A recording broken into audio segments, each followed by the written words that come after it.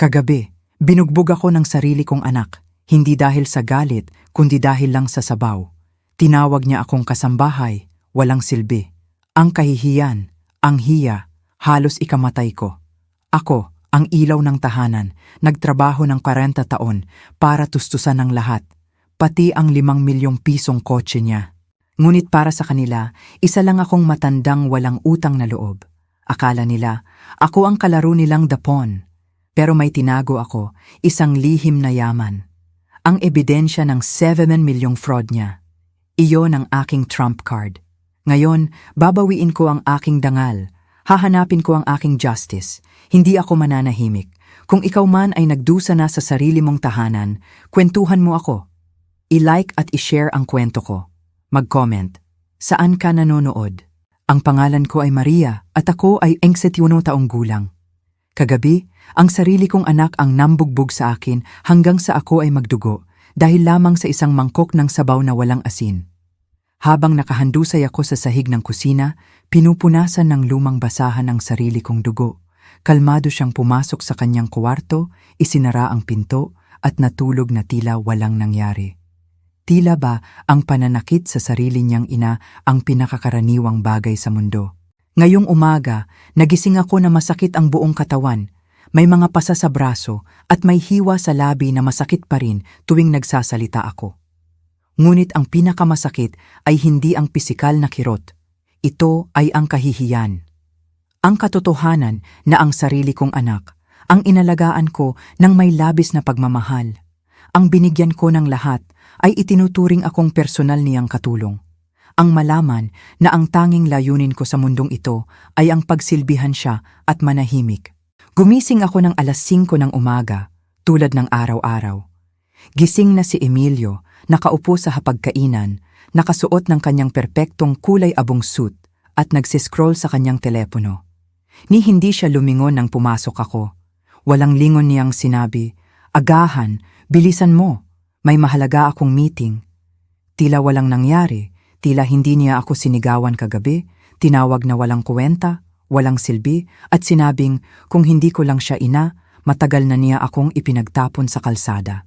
Inihanda ko ang scrambled eggs niya eksakto sa paraang gusto niya, na may 3 kutsara ng ginadgad na keso, 2 hiwa ng toasted bread, at black coffee na walang asukal. Lahat ay dapat perpekto, sukat na sukat, dahil kapag nagkamali ako kahit bahagya, sumasabog siya. At kapag sumasabog si Emilio, ako ang nagbabayad ng kahihinatnan. Habang nag-aagahan siya, umalingaw-ngaw sa buong bahay ang tunog ng susi na pumihit sa kandado ng pinto. Si Sofia, ang kanyang asawa, isang bata, elegante, at palaging bumabati sa akin nang may huwad ng ngiti at tinuturing akong tila isang hangin. Pumasok siya, nakasuot ng light green dress at mataas na takong, hinalikan si Emilio sa pisngi at umupo sa mesa na tila siya ang may-ari ng lugar. "Magandang umaga, Ginang Maria," ang sabi niya sa akin sa matamis na boses na ginagamit lang niya kapag naroon si Emilio. "Kumusta po kayo ngayong umaga?" Gusto kong sabihin sa kanya na nagising ako na puro pasa dahil sa pananakit ng kanyang asawa, na masakit ang buong likod ko, na hindi ko na kaya. Ngunit sa halip, ngumiti ako at sinabing, "Ayos lang ako, salamat." "Mag-aagahan ka ba, Sofia?" tanong ko. Sinulyapan ako ni Emilio ng nagbabawal na tingin. Malinaw na sinasabi ng kanyang mga mata, isang maling salita at lalala ang sitwasyon mamaya. Pagkatapos, idinagdag niya ang huwad ng ngiti na ginagamit lang niya kapag may ibang tao. "Tingnan mo, ma, binilhan kita nitong bagong makeup. Perpekto ito para takpan ang mga maliit na galos mo nang madapa ka kagabi." "Oo, mga maliit na galos." Iyan ang tawag niya sa ginawa niya sa akin. Tila aksidente, tila ako mismo ang nadapa at bumagsak sa kanyang kamao. Kinuha ko ang makeup ng walang imik. Ito ay isang mamahaling foundation, iyong nagkakahalaga ng higit sa 5,000. Siguro ay binili niya ito gamit ang aking pera sa pensyon dahil siya ang humahawak ng buong bank account ko. Sabi niya, "Iyon ay para sa aking kapakanan, na sa edad ko raw ay hindi ko na kayang pangasiwaan ang sarili kong pera." Ang totoo, wala pa akong nakikitang kahit 1 sentimo ng sarili kong pensyon sa loob ng 2 taon. Nakatingin si Sofia kay Emilio nang may nagniningning na paghanga. Ang sweet mo naman, honey. Palaging inaalagaan ang iyong nanay. Sana alam niya lang. Sana alam lang niya na ang perpekto niyang asawa, ang matagumpay na executive na humahawak ng milyon-milyong account sa opisina, ay umuuwi gabi-gabi para ilabas sa akin ang kanyang pagkadismaya. Pagkatapos ng agahan, isinuot ni Emilio ang kanyang pulang kurbata, kinuha ang kanyang briefcase at bumulong sa aking tainga habang nag-aayos ng makeup si Sofia. Tandaan mo ang pinag-usapan natin kagabi? Kapag nagbukas ka ng bibig, kapag may sinabi ka sa kahit sino tungkol sa nangyayari dito, pagsisisihan mo. Walang maniniwala sa iyo. Isa ka lang matandang baliw na umaasa sa awa ng kanyang anak. Ang kanyang mga salita ay nagdulot ng matinding takot sa akin. Umalis silang magkasama, magkahawak kamay, tila ang perpektong mag-asawa na gusto nilang ipakita. Pinanood ko sila mula sa bintana habang sumasakay sila sa bagong kotse ni Emilio, isang itim na sedan na nagkakahalaga ng higit sa 5,000. Pera ko, lahat iyon ay binili gamit ang aking pera. Nang tumahimik ang bahay, umupo ako sa kusina at nagsimulang umiyak. Hindi luha ng kalungkutan, kundi ng galit, ng kawalang magawa. Dahil alam kong kailangan kong gumawa ng isang bagay, ngunit hindi ko alam kung ano. Alam kong hindi ako maaaring mamuhay ng ganito. Ngunit hindi ko rin alam kung paano ako makakaalis sa bangungot na ito. Nakaupo ako sa tahimik na kusina sa loob ng maraming oras. Pinapanood ang sikat ng araw na dahan-dahang sumasayad sa mga baldosa. Ang bahay na ito ay dating aking santuwaryo. Binili ko ito 30 taon na ang nakalipas gamit ang perang naipon ko sa pagtatrabaho bilang executive secretary sa law firm ng De La Cruz at mga kasosyo. 40 taon ng buhay ko ang inialay ko sa trabahong iyon. Gumigising ng alas 5 ng umaga, palaging nasa oras, inaayos ang buhay ng iba. Hindi ko kailanman naisip na magiging bilanggo ako sa sarili kong tahanan. Nagsimula ang lahat 3 taon na ang nakalipas nang makipaghiwalay si Emilio sa una niyang asawa. Nagpakita siya sa aking pinto isang gabi. May dalang maleta at may tingin ng naligaw na bata na palaging nagpapalambot sa puso ko. Ma, kailangan kong manatili dito ng ilang sandali hanggang sa maayos ko lang ang sitwasyon ko sa pananalapi. Sinabi niya sa akin na dahil sa diborsyo ay naghirap siya na walan ng bahay at wala siyang matirhan. Ako, tulad ng hangal na ina na palagi ako, binuksan ko ang pinto at ang aking puso. Siyempre, anak, bahay mo rin ito. Napakahangal ko. Hindi ko alam na inimbitahan ko ang demonyo na tumira kasama ko. Ang unang ilang buwan ay normal. Gumigising si Emilio ng maaga, pumapasok sa trabaho, umuuwi sa gabi at kumakain kaming magkasama. Tinutulungan pa nga niya ako sa pamimili ng pagkain. Akala ko, magkakaroon na kami sa wakas ng relasyon ng mag-ina na palagi kong pinapangarap. Ngunit unti-unti nagsimulang magbago ang mga bagay. Una, mga maliliit na komento. Ma, masyadong maalat ang pagkaing ito. Ma, bakit hindi mo linisin ng mas maigi ang banyo? Ma, masyadong lukot ang damit mo. Nakakahiya. Mga komento na nakasakit, ngunit ipinawalang sala ko dahil sa pag-iisip na stressed lang siya dahil sa diborsyo. Pagkatapos, nagsimula siyang makialam sa aking pananalapi. Ma, sa edad mo, hindi ka na dapat humahawak ng ganong karaming pera. Mapanganib. Hayaan mo akong tulungan ka sa iyong mga account.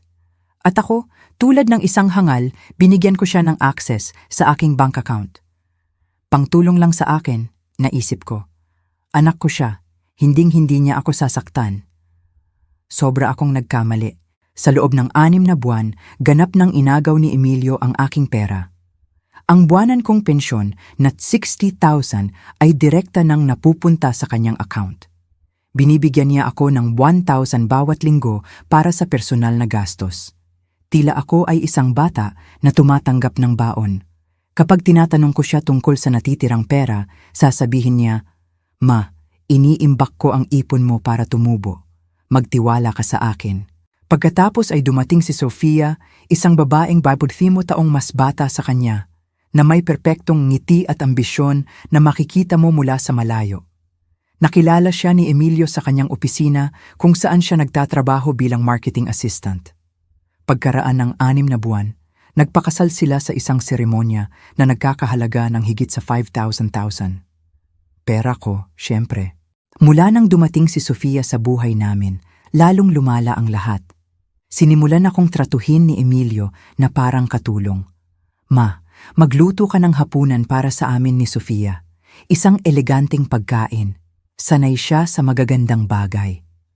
Ma, linisin mo ang banyo ng bisita. May mga importanteng tao na darating. Ma, labhan mo ang shirt na ito sa kamay. Masyadong mahal para sa washing machine. At palagi akong sumusunod. Sumusunod ako dahil natatakot akong magalit siya. Natatakot akong tuparin niya ang banta niya na paalisin ako sa sarili kong bahay. Dahil kahit na legal na akin ang bahay, kinumbinsi ako ni Emilio na isama ang pangalan niya sa titulo rin, para raw sa seguridad. Sabi niya, Ma, kung sakaling may mangyari sa iyo. Nagsimula ang karahasan 1 taon na ang nakalipas. Sa simula, ito ay hindi sinasadyang tulak, pagkatapos ay mga kurot sa braso kapag hindi ko nagawa ang isang bagay sa paraang gusto niya. Sinisiraan mo ako, Ma, masyado kang mabagal. Pagkatapos, lumaki ito sa paghampas sa balikat, sampal kapag hindi niya gusto ang pagkain, at suntok sa likod kung hindi ako mabilis maglinis. Ngunit iba ang nangyari kagabi. Kagabi, lumampas siya sa linya na hindi ko inakala na tatawirin niya. Naghanda ako ng vegetable soup para sa hapunan. Martes noon at palagi kaming may magaang pagkain tuwing Martes. Maingat kong inayos ang mesa, inihanda ang toasted bread at ang mainit na sabaw. Lahat ay perpekto. Umuwi si Emilio na pagod mula sa opisina, umupo sa mesa nang hindi ako binabate, kinuha ang unang kutsara at nagbago ang kanyang mukha. Ano ba ito? Sigaw niya, nilura ang sabaw, pabalik sa mangkok. Wala itong asin, kasing tabang ng tubig. Agad akong humingi ng tawad. Patawad anak, nakalimutan ko ang asin. Hayaan mong dagdagan ko ng kaunti, ngunit huli na ang lahat. Tumayo si Emilio mula sa mesa na tila isang hayop, kinuha ang mangkok ng sabaw at ibinato sa mukha ko. Sinunog ng mainit na likido ang pisngi ko. May mga piraso ng porselana na naghiwa sa labi ko. Wala kang silbi, sigaw niya. Hinawakan ang braso ko ng napakahigpit na alam kong mag-iiwan iyon ng pasa. 40 taon kang nagtrabaho bilang sekretary at hindi mo pa rin kayang gumawa ng disenteng sabaw. Nakakaawa ka. Itinulak niya ako sa dingding ng kusina. Tumama ang ulo ko sa baldosa at nakakita ako ng mga bituin. Ngunit hindi siya tumigil doon. Sinampal niya ako ng napakalakas na umalingaw-ngaw ang tainga ko sa loob ng maraming oras. Pagkatapos ay isa pa at isa pa. Dadating ang mga kaibigan ni Sofia bukas para sa tanghalian. Sabi niya habang tinatakpan ko ang mukha ko ng aking mga kamay. Gusto kong maghanda ka ng isang espesyal na bagay at siguraduhin mong perpekto iyon. Dahil kapag pinahiya mo ako, kapag nagpakita ka ng kahit isang senyales kung gaano ka nakakaawa, isinusumpa ko sa Diyos na itatapon kita palabas sa bahay na ito. Pagkatapos ay kumalma siya, tulad ng palagi niyang ginagawa pagkatapos niya akong saktan. Yumuko siya, tinulungan akong tumayo, at pinunasan ng dugo sa labi ko ng napkin. Patawad ma, sabi niya sa mahinang boses. Naiinis lang ako kapag nakikita kitang ganyan. Alam kong kaya mong gumawa ng mas mahusay. Ito ay para sa sarili mo, para matuto ka. At natulog siya ng payapa, na tila walang nangyari. Nanatili akong gising buong gabi sa kusina, naglilinis ng labi ng sabaw at ng mga nabasag na porselana mula sa sahig. Bawat maliit na piraso na pinulot ko ay tila pinupulot ko ang mga piraso ng sarili kong dignidad. Nagdurugo pa rin ang labi ko, ngunit hindi lang ito pisikal na sakit ang nararamdaman ko. Ito ay isang bagay na mas malalim, mas madilim. Ito ay ang pag-unawa na ang sarili kong anak, ang taong pinakamamahal ko sa mundong ito, ay naging aking mananakit. Habang naglilinis ako, nagsimula akong alalahanin kung paano kami nakarating dito. Hindi palaging ganito si Emilio. Noong bata pa siya, matamis at mapagmahal siya. Iniwan kami ng kanyang ama noong siya ay 8 taong gulang at mula noon, kaming 2 lang ang magkasama. Nagtrabaho ako ng double shift sa loob ng maraming taon para ibigay sa kanya ang lahat ng kailangan niya. Inilagay ko siya sa pinakamahusay na pribadong paaralan na kaya kong bayaran. Binilhan ko siya ng magagandang damit, binayaran ng mga aralin sa piano, mga aralin sa Ingles, anumang hiningi niya. Siguro iyon ang pagkakamali ko. Siguro sobrang inispoil ko siya, kaya hindi niya natutunan ang halaga ng paggalang, ng pagsisikap, ng tunay na pagmamahal. Palagi ko siyang binibigyan ng lahat sa isang plato na ginto nang hindi humihingi ng anumang kapalit. At ngayon, 34 taon na ang lumipas, ako ang nagbabayad ng kahihinatnan ng aking mga desisyon. Sa madaling araw, narinig ko ang kanyang mga yabag na bumababa sa hagdan. Nagsimulang bumilis ang tibok ng puso ko, tulad ng palaging nangyayari kapag malapit siya. Nakakamangha kung paano makakapamuhay ang isang tao sa isang patuloy na estado ng alerto sa sarili nilang bahay. Pumasok siya sa kusina, nakasuot na ng kanyang itim na suit, tinitingnan ang kanyang telepono tulad ng ginagawa niya tuwing umaga. Sa pagkakataong ito, hindi man lang siya humingi ng agahan. Umupo lang siya at naghintay na pagsilbihan ko siya. Inihanda ko ang kanyang scrambled eggs, ang kanyang black coffee, ang kanyang 2 hiwa ng toasted bread, lahat sa ganap na katahimikan. Kumain siya habang sumasagot sa mga email, tila ako ay hindi nakikita. 7:30, dumating si Sofia.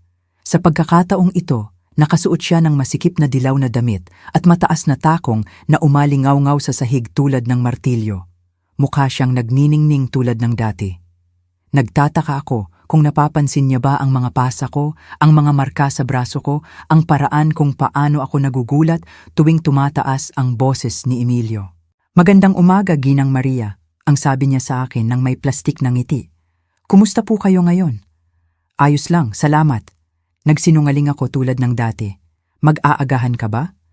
"Kape lang, pakiusap," sabi niya, isang magaang kape na may artipisyal na pangpatamis. Habang isinisilbi ko ang kanyang kape, napansin ko ang kanyang pagmamasid sa akin sa gilid ng kanyang mata. Tumigil ang kanyang mga mata sa aking maga na labi, sa pasa na sumisilip sa kolar ng aking blusa. Sandali kong naisip na baka magsalita siya, baka magtanong kung ano ang nangyari sa akin.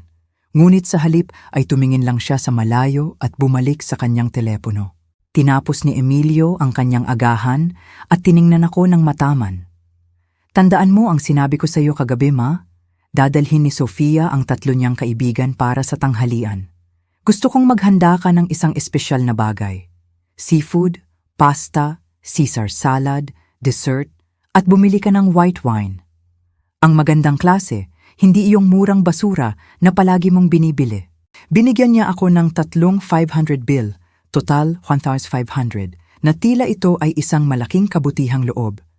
3,500 para maghanda ng tanghalian para sa 5 tao, samantalang ang ginagastos niya sa isang shirt ay higit pa rito.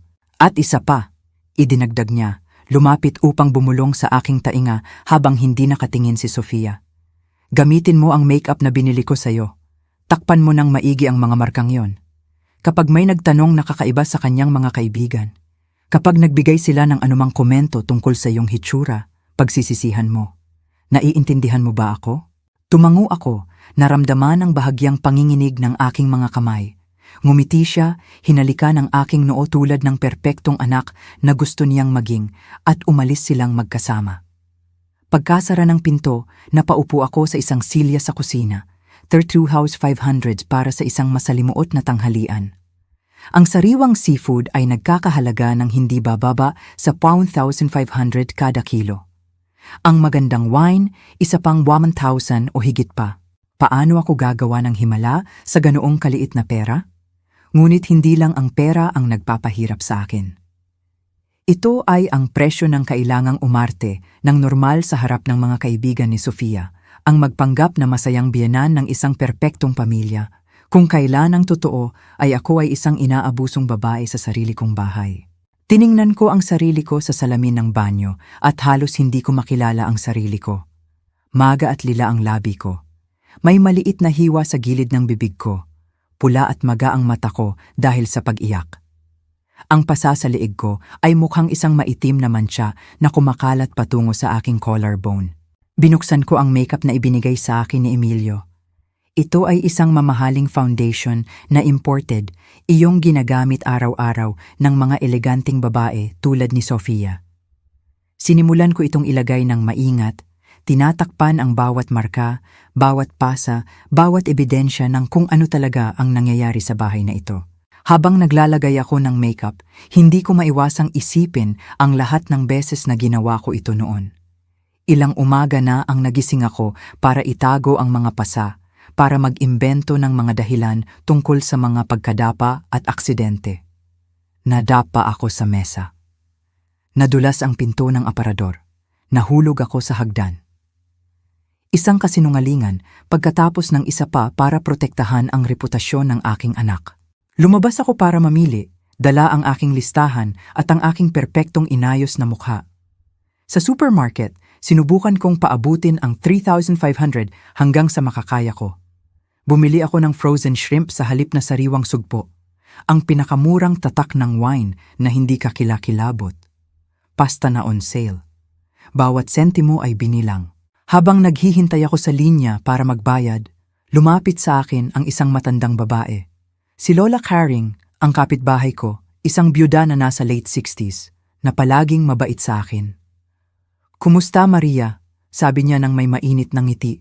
"Kumusta ka, iha? Hindi kita nakikita sa bakuran kamakailan." "Kumusta, Lola Caring?" sabi ko. "Ayos lang ako, salamat. Masyado lang akong abala sa mga gawain sa bahay." Tinitigan niya ako ng mataman at napansin kong tumigil ang kanyang mga mata sa labi ko sa kabila ng makeup. "Nasaktan ba ang bibig mo?" tanong niya ng may tunay na pag-aalala. Nagsimulang bumilis ang tibok ng puso ko. "Ay, wala ito," nagsinungaling ako. "Nabangga lang ako sa pinto ng aparador kagabi. Alam mo naman kung gaano ako kakuba." Kumunot ang noo ni Lola Caring, ngunit hindi na nagtanong pa. "Well, kung kailangan mo ng anumang bagay, alam mo kung saan ako nakatira. Palagi akong nasa bahay sa hapon." Ang kanyang mga salita ay dumiretso sa aking puso. Matagal na mula nang may nag-alok sa akin ng tunay na tulong.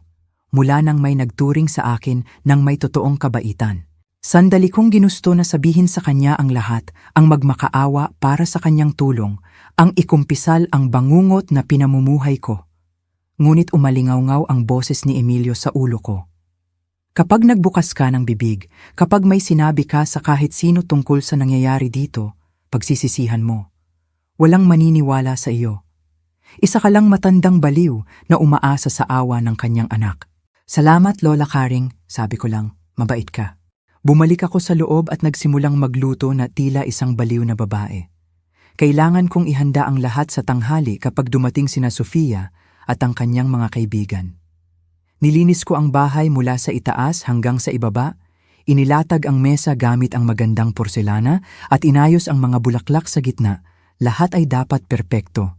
Habang nagluluto ako, hindi ko mapigilang isipin ang sinabi ni Lola Caring. "Kung kailangan mo ng anumang bagay, alam mo kung saan ako nakatira." May hinala ba siya? Narinig ba niya ang mga sigawan na nagmumula sa bahay ko sa gabi?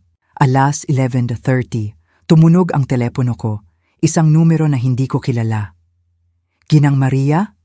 tanong ng boses ng isang lalaki. "Ako nga po ito. Ako si Hinong Adrian Castillo, ang accountant mula sa kumpanya ng inyong anak na si Emilio. Kailangan namin kayong kausapin ng madalian tungkol sa ilang pagkakaiba sa mga account. Maaari po ba kayong pumunta sa opisina ngayong hapon?" Tumigil ang tibok ng puso ko. Pagkakaiba? Hindi ko naiintindihan. "Mas gusto kong huwag pag-usapan ito sa telepono, Ginang Maria. Maaari po ba kayong pumunta ng 3:00 ngayong hapon? Napakahalaga." Ibinaba ko ang telepono, nanginginig ang aking mga kamay. Ano ang nagawa ni Emilio sa trabaho? Bakit nila ako tinatawagan? Isang masamang pakiramdam ang nanahan sa aking sikmura. Ngunit wala na akong oras para pag-isipan pa ito dahil paparating na sina Sofia at ang kanyang mga kaibigan. Tumunog ang doorbell eksakto 12:00. Huminga ako ng malalim, inayos ang makeup ko sa huling pagkakataon at binuksan ang pinto. Naroon si Sofia kasama ang 3 niyang kaibigan, lahat ay nakasuot na tila pupunta sila sa isang fashion show. Mamahaling mga damit, designer purse, sapatos na nagkakahalaga ng higit sa aking buwanang pensyon. "Kumusta, Ginang Maria?" sabi ni Sofia sa matamis na boses na inilalaan niya para sa mga espesyal na okasyon. "Hayaan mong ipakilala ko sa iyo ang aking mga kaibigan. Ito si Bea. Nagtatrabaho siya sa Human Resources. Ito si Brenda, mula sa Marketing Department. At ito si Evelyn, mula sa Legal." Halos tumigil ang puso ko nang marinig ko ang pangalan ni Evelyn. Hindi ito maaaring maging nagkataon. Tiningnan ko siya ng maigi at sigurado, siya nga. Si Evelyn de la Cruz, ang nakababata kong kapatid, na hindi ko nakita sa loob ng mahigit 2 taon. Tiningnan ako ni Evelyn nang may parehong pagkagulat. Ngunit pareho kaming nagkunwari na kalmado. Palagi siyang mas matalino kaysa sa akin, mas mapanlinlang. Agad niyang naunawaan na may kakaiba na nangyayari, lalo na nang makita niya ang aking may makeup na mukha at ang aking nerbiyosong kilos. "Isang kasiyahan na makilala kayo, Ginang Maria," ang sabi niya sa akin ng formal, tila hindi niya ako kilala. "Marami nang sinabi sa amin ang inyong manugang tungkol sa inyo. Inimbitahan ko sila sa silid kainan kung saan inilatag ko ang aking pinakamahusay na mantel, ang porselana na namana ko sa aking ina, at ang mga kristal na baso na ginagamit ko lang para sa mga espesyal na okasyon. Lahat ay mukhang elegante, tulad ng hinihingi ni Emilio. Nagsilbi ako ng tanghalian, sinisikap na panatilihing matatag ang aking mga kamay. Ang shrimp pasta ay lumabas ng maayos sa kabila ng limitadong budget. Ang Caesar salad ay mukhang sariwa. Ang tinapay ay mainit. Nagawa ko pa na ngang maghanda ng isang simpleng tiramisu para sa dessert. Kumain ang mga babae at nag-usap tungkol sa trabaho, sa kanilang buhay at sa kanilang mga plano para sa katapusan ng linggo. Pabalik-balik ako mula sa kusina, nagdaragdag ng wine at nagliligpit ng mga plato, tila ang perpektong hostess na inaasahan sa akin. Ngunit hindi kailanman umalis ang mga mata ni Evelyn sa akin. Alam ko ang tingin na iyon. Iyon ang parehong ginagamit niya noong mga bata pa kami at alam niyang may itinatago ako. Sa buong pagkain, maingat niya akong sinubaybayan, pinag-aaralan ang bawat galaw ko. "Masarap ang pagkain," komento ni Bea. "Kayo po ba ang nagluto ng lahat ng ito, Ginang Maria?" "Oo, mahilig akong magluto," sagot ko nang may pilit ng ngiti. "Isang kasiyahan kapag para sa mga kaibig-ibig na tao tulad ninyo." "Napakaswerte ni Emilio na mayroon siyang ganitong dedikadong biyenan," dagdag ni Brenda. "Mahirap makahanap ng mga babae na ganoon kadedikado sa bahay sa panahong ito." Ngumiti ng may pagmamalaki si Sofia. "Totoo iyan. Palaging inaasikaso ni Ginang Maria ang lahat. Tila mayroon kaming isang housekeeper, ngunit mas mahusay dahil ginagawa niya ito ng may pagmamahal. Ang kanyang mga salita ay tumusok sa akin tulad ng mga dagger, ngunit pinanatili ko ang aking ngiti. Isang housekeeper. Iyon ang tingin niya sa akin. Hindi isang ina, hindi isang tao na may karapatan at dignidad, kundi isang libreng utusan. Tumikhim si Evelyn. "At ano po ang ginawa ninyo noon, Ginang Maria? Palagi ba kayong homemaker?" Huminto ako, naramdaman ang kaunting pagmamalaki sa unang pagkakataon sa loob ng mahabang panahon. Nagtrabaho ako ng 40 taon bilang executive secretary sa law firm ng De La Cruz at mga kasosyo. Nagretiro ako 3 taon na ang nakalipas. Nagliwanag ang mga mata ni Evelyn. Ang De La Cruz at mga kasosyo ay isa sa pinakaprestihiyosong firm sa lungsod kung saan siya nagtrabaho bilang isang intern sa panahon ng kanyang pag-aaral sa batas. "Napakakawili-wili," bulalas niya. "Alam ko ang firm na iyan. Meron silang napakagandang reputasyon. Marami po siguro kayong nakilalang importanteng tao sa loob ng lahat ng mga taon na iyon." "Oo," sabi ko nang may mas tunay na ngiti. "Nakilala ko ang mga hukom, mga piskal, mga importanteng abogado. Nakatulong pa nga ako sa ilang malalaking kaso. Palaging sinasabi ni Ginoong de la Cruz na ako ay kailangang-kailangan." Hindi komportable si Sofia sa takbo ng usapan. Ayaw niyang ako ang sentro ng atensyon o ang pag-uusapan ang aking mga profesional na tagumpay. Mabilis siyang nagbago ng paksa. Well, ngunit ngayon ay retirado na si Ginang Maria at tinatamasa ang kanyang nararapat na pahinga, sabi niya ng may huwad ng ngiti. Inaasikaso ni Emilio ang lahat, ang kanyang pananalapi, ang kanyang mga pangangailangan. Napakaresponsable niyang anak. Tiningnan ako ni Evelyn nang mataman ng sabihin yon ni Sofia. Kilala ko ang kapatid ko at alam kong kakaiba ang tunog ng mga salitang iyon sa kanya. Ang isang babaeng nagtrabaho ng 40 taon sa isang importanteng law firm ay hindi kailangan ng kanyang anak para pangasiwaan ang kanyang pananalapi. Nagpatuloy ang tanghalian sa walang kabuluhang pag-uusap, ngunit naramdaman ko ang pagtaas ng tensyon. Patuloy akong pinapanood ni Evelyn at alam kong napansin niya na may mali. Nang pumunta ako sa kusina para sa dessert, sinundan niya ako. "Kailangan mo ba ng tulong?" tanong niya, ngunit ang totoo ay naghahanap siya ng sandali para makausap akong mag-isa. "Huwag na, salamat. Kontrolado ang lahat," sagot ko, iniiwasan ang kanyang tingin. "Maria," sabi niya sa mahinang boses, gamit ang tunay kong pangalan sa unang pagkakataon noong hapong iyon. "Ayos ka lang ba? Mukha kang iba." Sandali, bumagsak ang lahat ng aking depensa.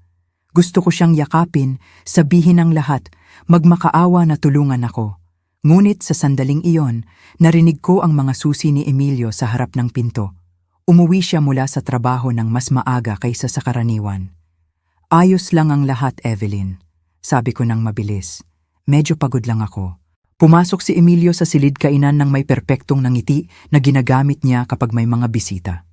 Binati niya ang mga babae ng elegante, hinalikan si Sofia sa pisngi, at tiningnan ako ng may pag-apruba. Maayos ang naging tanghalian tulad ng iniutos niya. "Kumusta ang pinakamagagandang babae mula sa opisina?" sabi niya ng may huwad na karisma na ginagamit niya sa publiko.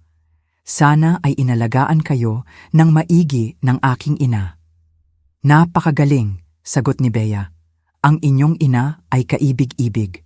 Inilagay ni Emilio ang kanyang kamay sa aking balikat at automatiko akong kinabahan. Naramdaman niya ang aking reaksyon at mas hinigpitan pa ang pagpisil. Isang tahimik na babala. "Siya ang pinakamahusay na ina sa mundo," sabi niya. Ngunit ang kanyang mga daliri ay bumabaon sa aking balikat sa pamamagitan ng aking blusa.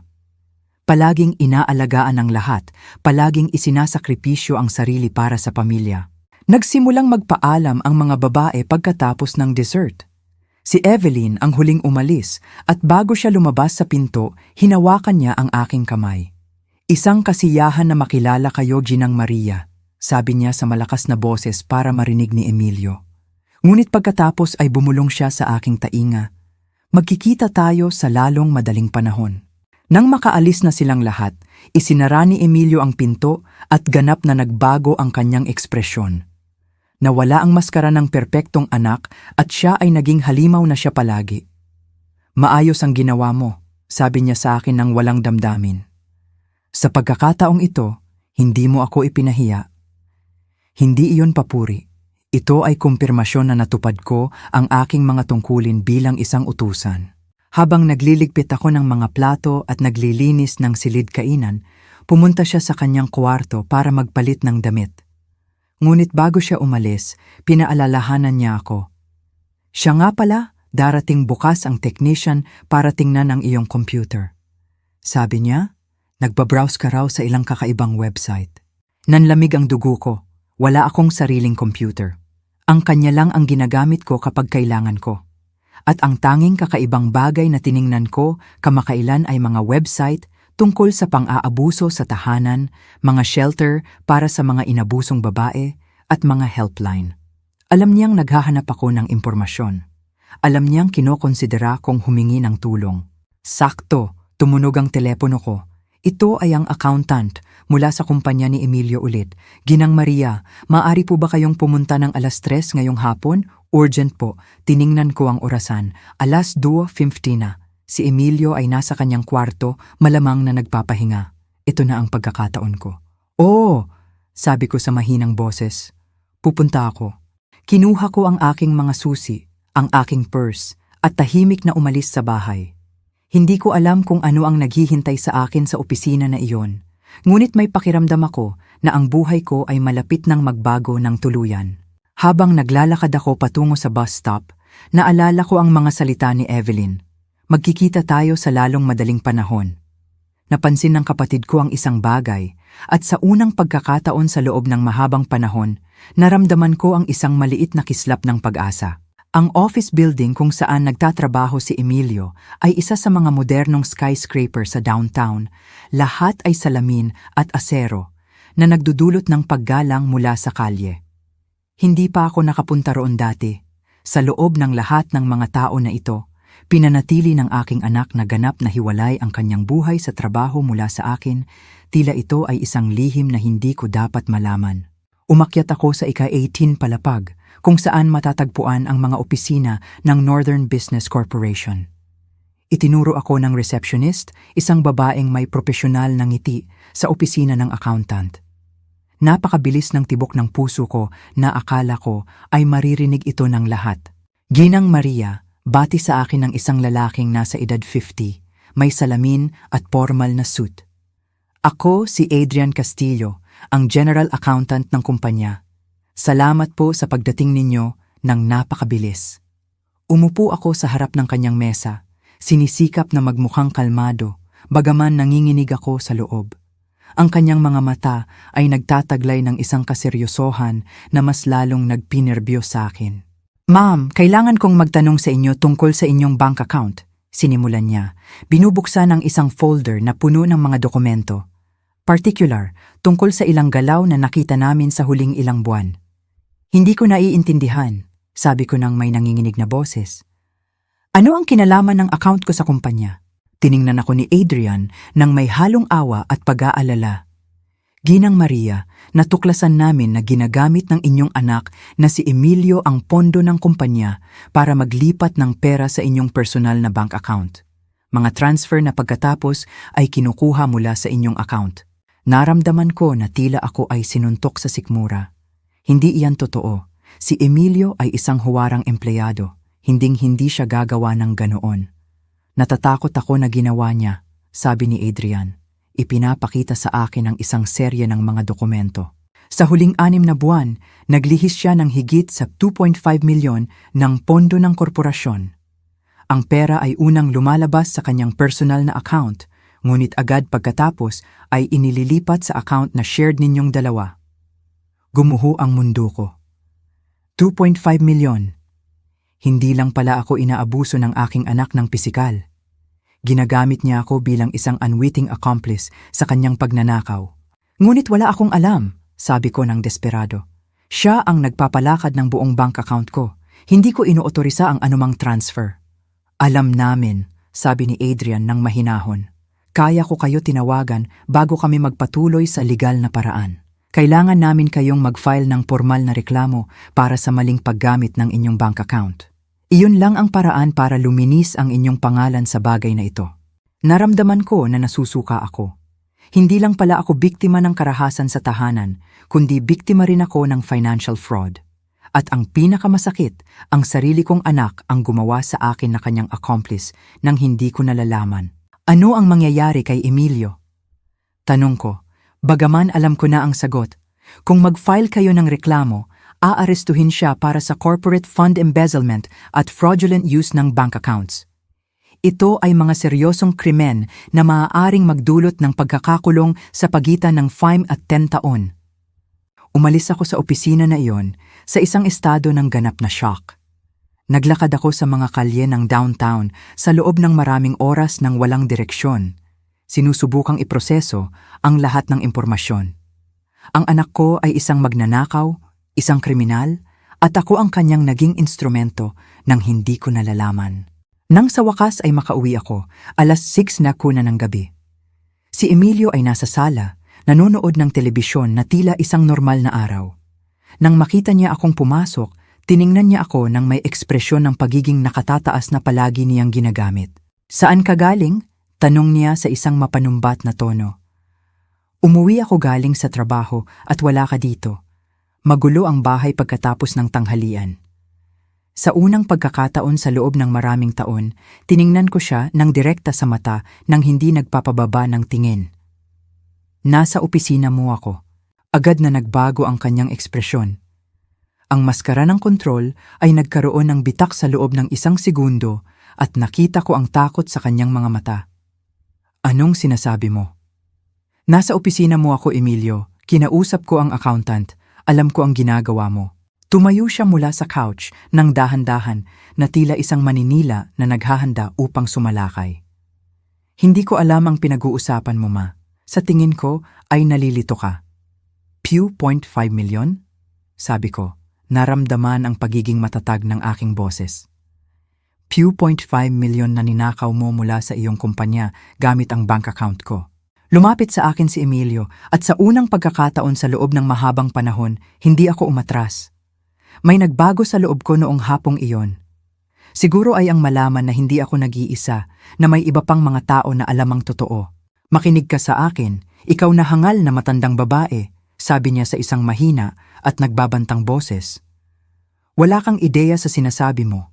Ang pera na iyon ay sa akin ayon sa karapatan. May utang ka sa akin para sa lahat ng investment ko sa iyo sa loob ng mga taong ito. Ang pagkain kinakain mo, ang bubong sa ibabaw ng ulo mo, ang damit na isinusuot mo.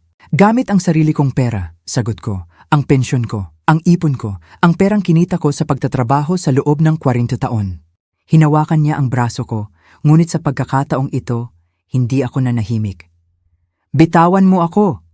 Sigaw ko ng buong lakas na mayroon ako. Labis siyang nagulat sa aking reaksyon na talagang binitawan niya ako. Sa loob ng 3 taon, ako ay kanyang tahimik na biktima.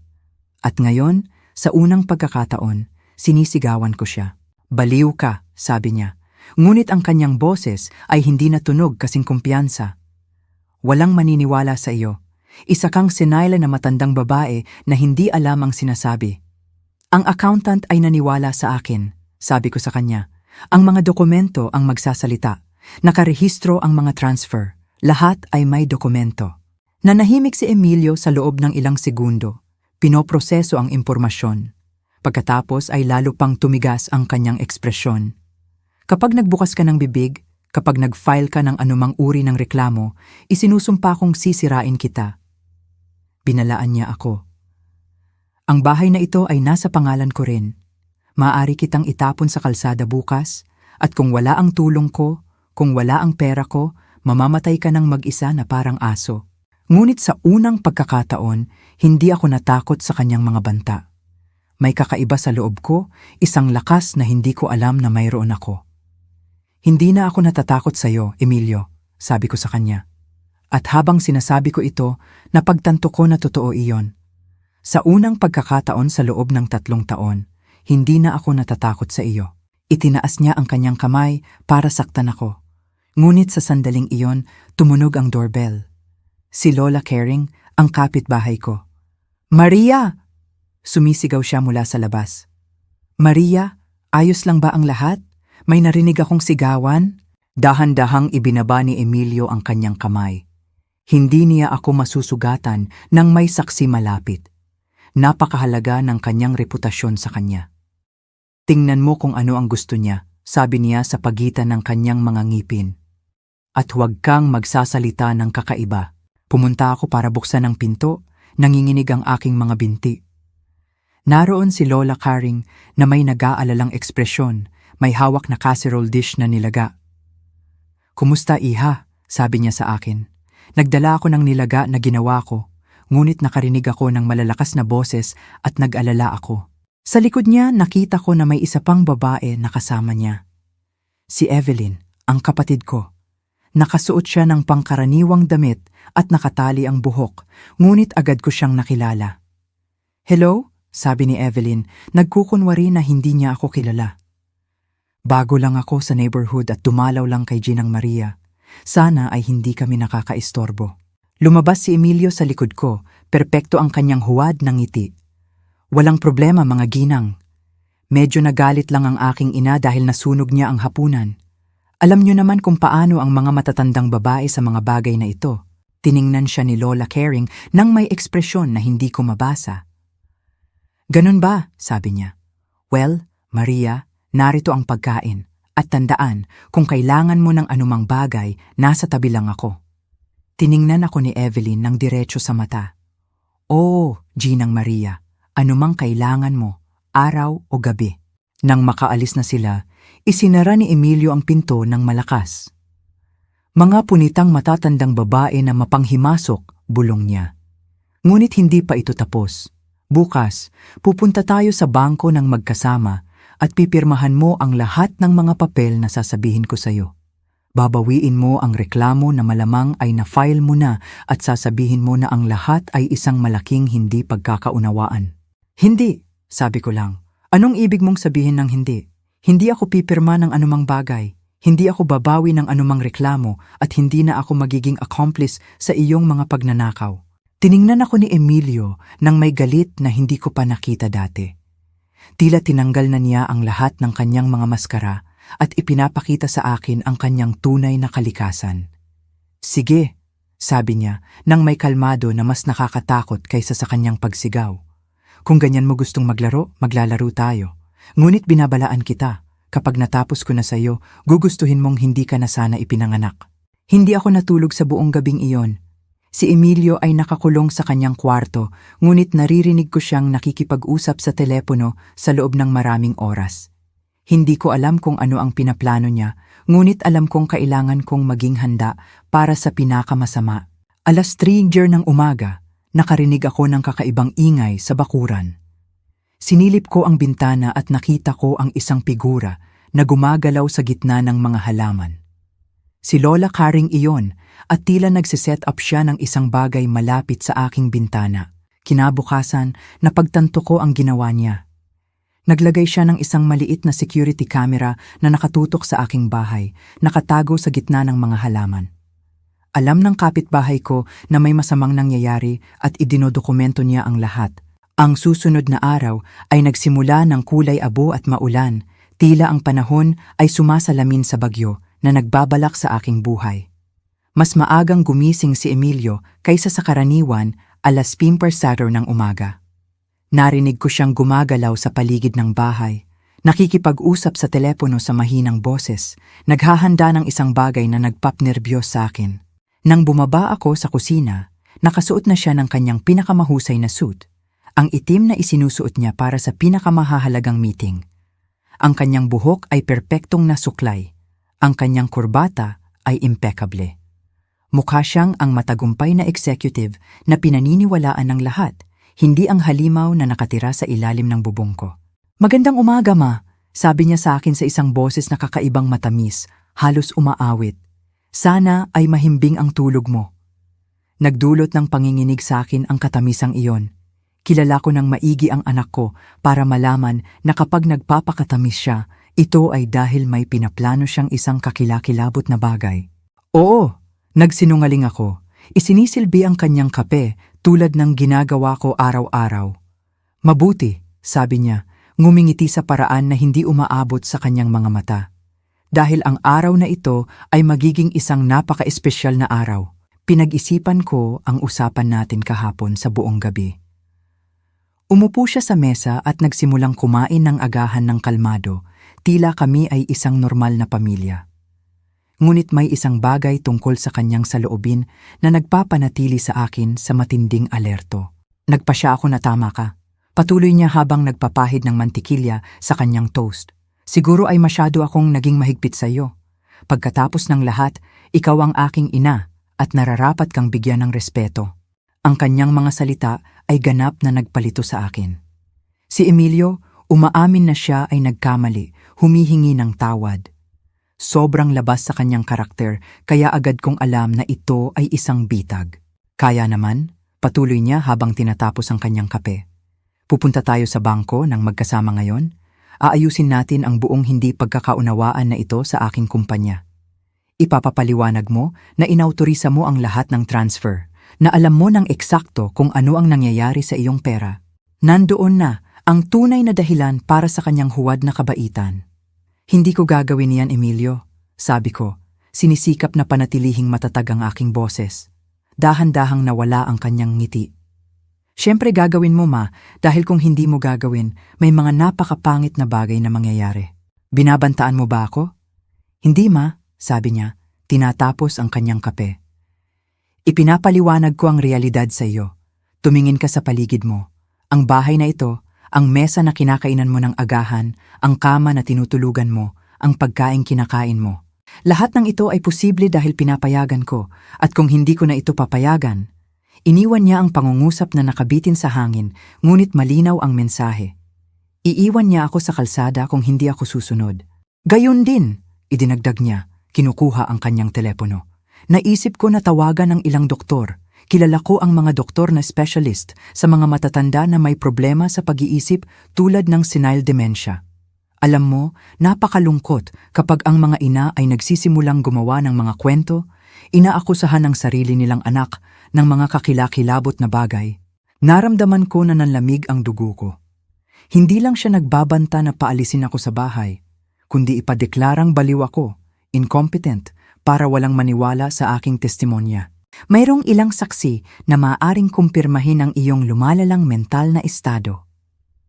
Patuloy niya sa malamig at mapanuri na boses. Si Sofia, halimbawa, sinabi ko lang sa kanya kahapon kung gaano ka kanalilito kamakailan. Napansin din ng mga kaibigan na dumating sa tanghalian ang isang kakaibang bagay tungkol sa iyo. Ito ay isang kasinungalingan, ngunit sobrang nakakumbinsi siya na sandali akong nagduda sa sarili kong pag-iisip. Ganyan gumana ang kanyang manipulasyon. Pinagdududa niya ako sa lahat, kahit na sa sarili kong pag-unawa sa realidad. Kaya, pupunta tayo sa bangko ng alas 10 noon spa, sabi niya, tumayo mula sa mesa.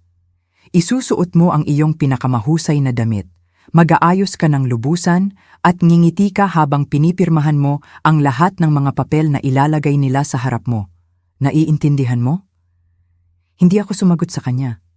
Nagsimula lang akong kolektahin ang mga plato ng agahan, sinusubukang bumili ng oras para makapag-isip. Kinakausap kita, sigaw niya, at ang lahat ng bakas ng kanyang huwad na kabaitan ay nawala. Naiintindihan? Naiintindihan. Bulong ko, kinamumuhian ang sarili ko dahil sa pagiging duwag. Pumunta si Emilio sa kanyang opisina, ngunit bago siya umalis, binalaan niya ako. Huwag na huwag mong iisiping umalis sa bahay na ito. Huwag na huwag mong iisiping makipag-usap sa telepono sa kahit sino. Babalik ako ng alas 9:30 para dalhin ka sa bangko. Pagkasara ng pinto, napaupo ako sa isang silya sa kusina at nagsimulang umiyak. Hindi luha ng kalungkutan, kundi ng purong galit. Galit laban sa kanya, ngunit higit sa lahat, galit laban sa sarili ko dahil sa pagpapahintulot na umabot sa puntong ito ang mga bagay. Nanatili ako sa ganong kalagayan sa loob ng ilang minuto hanggang sa nakarinig ako ng mahinang katok sa likod ng pinto. Si Lola Karing iyon na may nag-aalalang tingin sa kanyang mukha. Maria, buksan mo ng mabilis, bulong niya sa salamin. Mahalaga. Binuksan ko ang pinto at mabilis siyang pumasok, tumitingin sa paligid para makasiguro na kaming dalawa lang. Narinig ko ang lahat, sabi niya sa akin nang walang pasimula. Nakasetup ko ang kamera malapit sa bintana ng kusina mo. Na-record ko ang buong pag-uusap ninyo ng anak mo. Nagsimulang bumilis ang tibok ng puso ko. Lahat, sabi niya. Ang mga banta, ang blackmail, ang paraan ng pakikipag-usap niya sa iyo. Mayroon akong ebidensya na pinipilit kanyang magsinungaling tungkol sa ninakaw na pera. Sa unang pagkakataon sa loob ng maraming araw, naramdaman ko ang isang kislap ng pag-asa. Ano ang magagawa natin sa iyan? Ngumiti si Lola Caring. May kaibigan ako na nagtatrabaho sa tanggapan ng piskal, DA's office. Ang pangalan niya ay Brenda at specialist siya sa mga kaso ng pang-aabuso sa tahanan at financial fraud. Ngunit kailangan kitang sumama sa akin ngayon. Hindi ko kaya, sabi ko, naramdaman ang takot na muling kumapit. Sinabi sa akin ni Emilio na huwag akong aalis sa bahay. Kung malaman niya, Maria, sabi ni Lola Karing, hinawakan ang aking mga kamay. Makinig ka sa akin ng maigi. Kung pupunta ka sa bangko na iyon ngayon at pipirmahan mo ang mga papel na iyon, magiging malaya ang anak mo sa lahat ng mga kaso. Patuloy siyang magnanakaw ng pera at patuloy siyang mga abuso sa iyo. Ngunit bukod pa roon, ituturing ka ring willing accomplice sa kanyang mga pagnanakaw. Tama siya. Kung pipirmahan ko ang mga papel na yon, hindi lang ako mawawalan ng dignidad, kundi magiging kriminal din ako sa mata ng batas. Ngunit kung hindi ako pupunta, sabi ko nang may nanginginig na boses, tutuparin niya ang kanyang mga banta. Paaalisin niya ako sa bahay. Sasabihin niya na baliw ako. Sasabihin niya na hindi niya magagawa ang anuman sa iyon, putol ni Lola Karing sa akin. Dahil ihaharap namin ang ebidensya bago siya makakilos. Sinabi sa akin ni Brenda na sa mga recording na mayroon ako, maaari nila siyang arestuhin kaagad. Tiningnan ko ang orasan. 8:30 na. Babalik si Emilio sa loob ng 1 oras. Sigurado ka bang matutulungan ako ng kaibigan mo? Ganap na sigurado. Ngunit kailangan nating umalis ngayon, Maria. Iyon lang ang tanging pagkakataon natin. Gumawa ako ng desisyon na magpapabago sa aking buhay magpakailanman. Pumunta ako sa aking kwarto, kinuha ang aking purse kasama ang aking pinakamahahalagang dokumento at umalis sa bahay na iyon kasama si Lola Karing. Habang naglalakad kami patungo sa kanyang kotse, naramdaman ko ang isang bagay na hindi ko naramdaman sa loob ng 3 taon, tapang. Sa unang pagkakataon, kinokontrol ko ang sarili kong buhay. Ang tanggapan ng piskal ay isang tipikal na gusali ng gobyerno na may mahahabang pasilyo at maliliit na opisina. Si Brenda ay isang babae na nasa edad 40 na may matalinong tingin at paraan ng pagsasalita na nagbibigay inspirasyon ng kumpiyansa. Ginang Maria, sabi niya pagkatapos, tingnan ang mga recording na dinala ni Lola Karing. Ang ginagawa ng inyong anak ay bumubuo ng maraming krimen. Pang-aabuso sa tahanan, financial fraud, blackmail, at pagtatangkang hadlangan ang hustisya. Ano ang ibig sabihin niyan? Tanong ko. Ibig sabihin, maaari namin siyang arestuhin ngayon, sagot ni Brenda. Ngunit kailangan kong mag-file kayo ng formal na reklamo para sa lahat ng mga krimeng ito. Handa po ba kayong gawin iyan? Tiningnan ko ang orasan. 9:50 na. Sa loob ng 15 minuto, darating na si Emilio sa bahay para dalhin ako sa bangko. Kapag nalaman niyang wala ako doon, magiging hindi makontrol ang kanyang galit. Oo, sabi ko, naramdaman ang pagiging matatag ng aking boses. Handa akong mag-file ng reklamo, ngumiti si Brenda. Perpekto. Habang pinupunan ninyo ang mga papel, makikipag-ugnayan ako sa pulisya para pumunta sila at arestuhin ang inyong anak. Alam po ba ninyo kung nasaan siya ngayon? Dapat ay dumarating na siya sa bahay ko, sabi ko.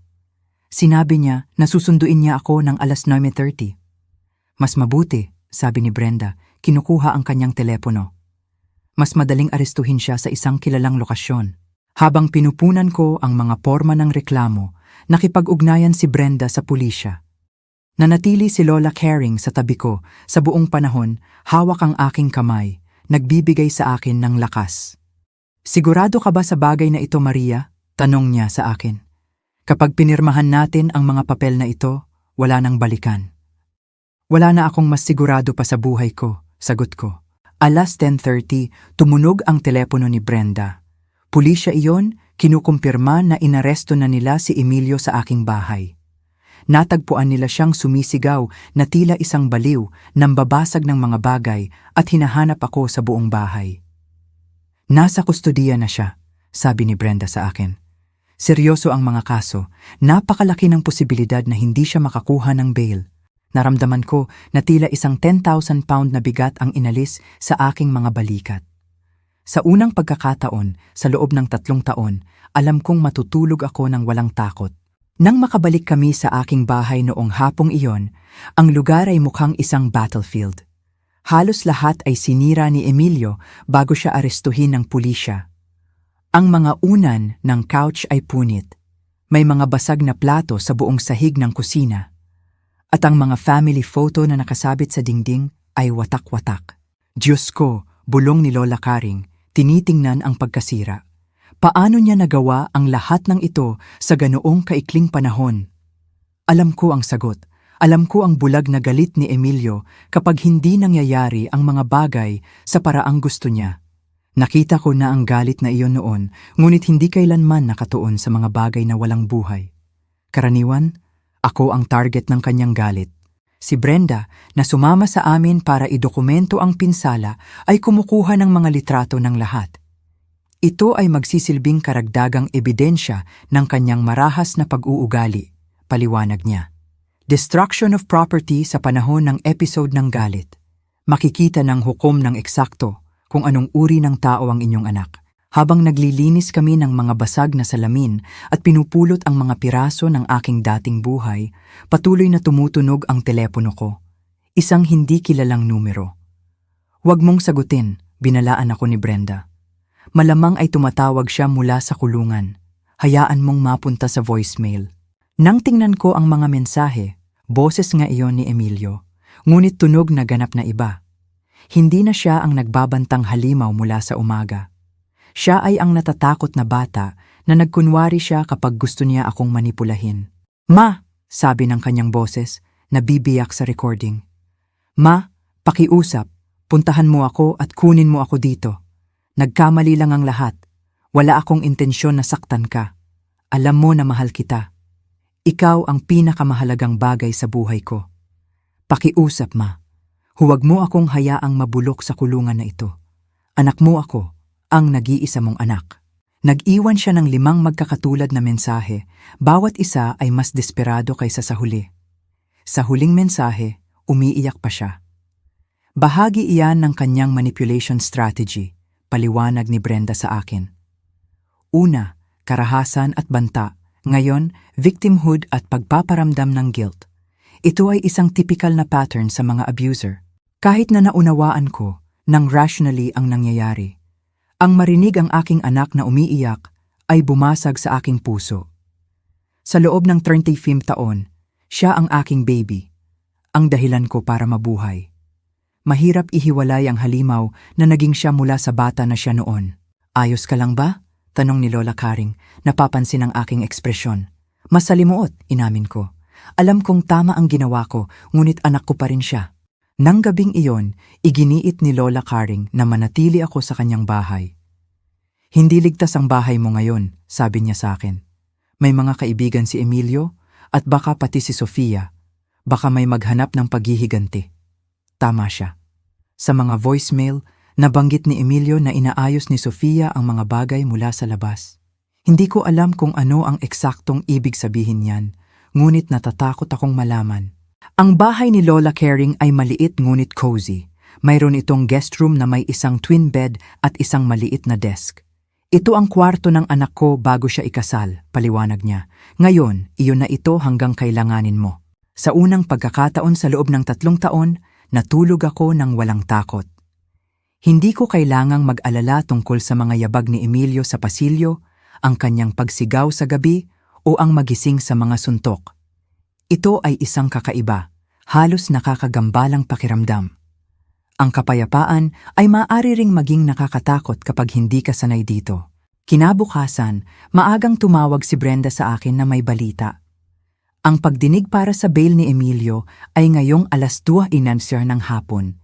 Ipinagbigay alam niya sa akin. Magpapasya ang hukom kung maaari siyang palayain mula sa kulungan habang naghihintay siya sa kanyang paglilitis. "Ano ang chances na mapapalaya siya?" tanong ko, naramdaman ang pagbabalik ng takot. "Sa ebidensya na mayroon tayo, napakaliit, ngunit kailangan kitang pumunta at magbigay ng testimonya sa pagdinig. Ang iyong testimonya ay magiging crucial para maunawaan ng hukom ang panganib na dinadala niya." Ang pagdinig ay nasa isang maliit na courtroom. Si Emilio ay nakaupo sa defense table, nakasuot ng orange jumpsuit. Nang makita niya akong pumasok, ganap na nagbago ang kanyang ekspresyon. Hindi na siya ang nagsisising bata mula sa mga voicemail. Siya ay purong contained rage. Si Sofia ay nakaupo sa mga public bench, eleganting nakasuot tulad ng dati, ngunit mukha siyang pagod, tila hindi natulog sa loob ng maraming araw. Nang magtagpo ang aming mga mata, nakita ko ang isang bagay sa kanyang mga mata na ikinagulat ko. Hiya. Ang hukom ay isang matandang lalaki na nasa edad 6 na may seryoso ngunit makatarungang tingin. Tiningnan niya ang lahat ng mga dokumento bago magsimula. "Ginang Maria," sabi niya sa akin nang ako na ang magpapatotoo. "Sabihin ninyo sa sarili ninyong salita kung ano ang pinamumuhay ninyo sa inyong tahanan sa huling ilang taon." Huminga ako ng malalim at nagsimulang magsalita. Sinabi ko sa kanila ang tungkol sa mga bugbog, tungkol sa kontrol sa aking pera, tungkol sa mga banta, tungkol sa patuloy na kahihiyan. Nabiyak ang boses ko kung minsan, ngunit patuloy akong nagsalita. Nang banggitin ko ang 2.5 milyon na ninakaw niya, nakita ko si Emilio na kinabahan sa kanyang upuan. Ang kanyang abogado, isang batang lalaki na nakasuot ng mamahaling suit, ay sinubukan na tumutol ng patuloy. ngunit pinatahimik siya ng hukom. At ano ang sinabi sa inyo ng inyong anak kahapon ng umaga tungkol sa inyong testimonya? Tanong ng hukom. Binantaan niya akong ipadeklarang mentally incompetent kung hindi ako magsisinungaling para sa kanya. Sinabi niya sa akin na itatapon niya ako sa kalsada at wala akong matitira. Tiningnan ng hukom ang mga recording na ginawa ni Lola Caring. Pinakinggan niya ang mga ito ng buo gamit ang headphones habang naghihintay ang buong courtroom sa katahimikan. Ginoong Emilio Davis, sabi ng hukom nang matapos siya, ang ebidensya na ipinakita ay nagpapakita ng isang malinaw na pattern ng pang-aabuso sa tahanan, financial fraud, at pananakot sa saksi. Isinasaalang-alang ang kaseryosohan ng mga kaso at ang panganib na dinadala ninyo sa biktima, ang inyong kahilingan para sa bail ay tinatanggihan. Mananatili kayo sa kustudiya hanggang sa petsa ng inyong paglilitis. Sumabog si Emilio. Ito ay isang kawalang katarungan. Sigaw niya, tumatayo. Ang baliw na matandang babaeng iyon ay gumagawa lang ng mga kwento. Ako ay isang respetadong mamamayan. May karapatan ako. Kailangang hawakan siya ng mga guwardiya habang patuloy siyang sumisigaw. Pagsisisihan mo ito, ma. Kapag nakalabas ako dito, pagbabayarin kita sa bawat araw na ginugol ko sa kulungan na ito. Ang kanyang mga banta ay umalingaw-ngaw sa buong courtroom, kinukumpirma ng eksakto ang pinatotoo ko tungkol sa kanyang marahas na karakter. Pagkatapos ng pagdinig, lumapit sa akin si Sofia sa courthouse. Ginang Maria, sabi niya sa nanginginig na boses, kailangan ko kayong kausapin. Kinabahan sina Brenda at Lola Caring, ngunit sinenyasan ko sila na ayos lang ako. Ano ang gusto mo, Sofia? Tanong ko sa kanya. Gusto kong humingi ng tawad, sabi niya. At sa unang pagkakataon mula nang makilala ko siya, ang kanyang boses ay tunog na tunay. Alam kong may mali sa bahay na iyon. Narinig ko ang sigawan. Nakita ko ang mga pasa ninyo. Napansin ko kung paano kayo nagugulat tuwing tumataas ang boses niya. Kung ganoon, bakit hindi mo kailanman sinabi ang anuman? Tanong ko. Dahil natakot ako, inamin niya. Binantaan din ako ni Emilio. Sinabi niya sa akin na kung kailanman ay tatraydorin ko siya, sisirain niya ang aking career, ang aking reputasyon, at ako ay naging duwag. Hinayaan ko kayong magdusa ng mag-isa dahil natakot akong mawala ang komportable kong buhay. Puno ng luha ang kanyang mga mata. Nang arestuhin siya kahapon, nakahanap ako ng mga dokumento sa kanyang home office. Hindi lang pala siya nagnanakaw ng pera mula sa kanyang kumpanya. Nagnakaw din siya mula sa aking personal na account. 2 taon na kaming kasal, at hindi ko na-realize na isa pala siyang fraudster. Ano ang gagawin mo ngayon? Tanong ko sa kanya. Magfa-file ako ng diborsyo kaagad, sabi niya nang may determinasyon. At magpapatotoo ako laban sa kanyang paglilitis. Nakausap ko na ang isang abogado. Gusto kong makipagtulungan sa tanggapan ng piskal para pagbayarin siya sa lahat ng ginawa niya sa amin. Nang umalis kami sa courthouse, naramdaman ko ang isang bagay na hindi ko naranasan sa loob ng maraming taon. Tunay na pag-asa. Hindi lang ako nakatakas mula sa aking anak, ngunit ngayon ay mayroon akong mga kaalyado sa aking laban para sa hustisya. Noong hapong iyon, habang naglalakad kami pabalik sa bahay ni Lola Caring, binigyan ako ni Brenda ng mas magandang balita. Gusto ng kumpanya kung saan nagtatrabaho si Emilio na makipag-areglo. Ipinagbigay alam niya sa akin. Handa silang huwag nang mag-file ng karagdagang kaso laban sa inyo kung makikipagtulungan kayo sa pagbabalik ng ninakaw na pera. Gayon din, bilang pagkilala na kayo ay biktima ng fraud, babayaran nila kayo ng compensation na P1 milyon. P1 milyon. Mas malaking pera iyon kaysa sa mayroon ako sa huling 3 taon. Paano ang bahay ko? Tanong ko. Sabi ni Emilio ay nasa pangalan niya rin iyon. Tiningnan namin ang mga dokumento, sabi ni Brenda, ngumingiti. Nagsinungaling ang inyong anak. Ang titulo ay nasa pangalan pa rin ninyo lang. Nagpeke siya ng ilang papel, ngunit legal, ang bahay ay ganap na sa inyo. Sa unang pagkakataon, sa loob ng mahabang panahon, nagsimula akong makakita ng isang posibleng hinaharap. Isang hinaharap kung saan maaari akong mamuhay ng walang takot, kung saan maaari akong gumawa ng sarili kong mga desisyon, kung saan maaari akong maging may-ari ng sarili kong buhay. Ngunit alam ko rin na hindi basta-basta susuko si Emilio. Malinaw ang kanyang mga banta sa pagdinig. Nagsisimula pa lang ang giyerang ito.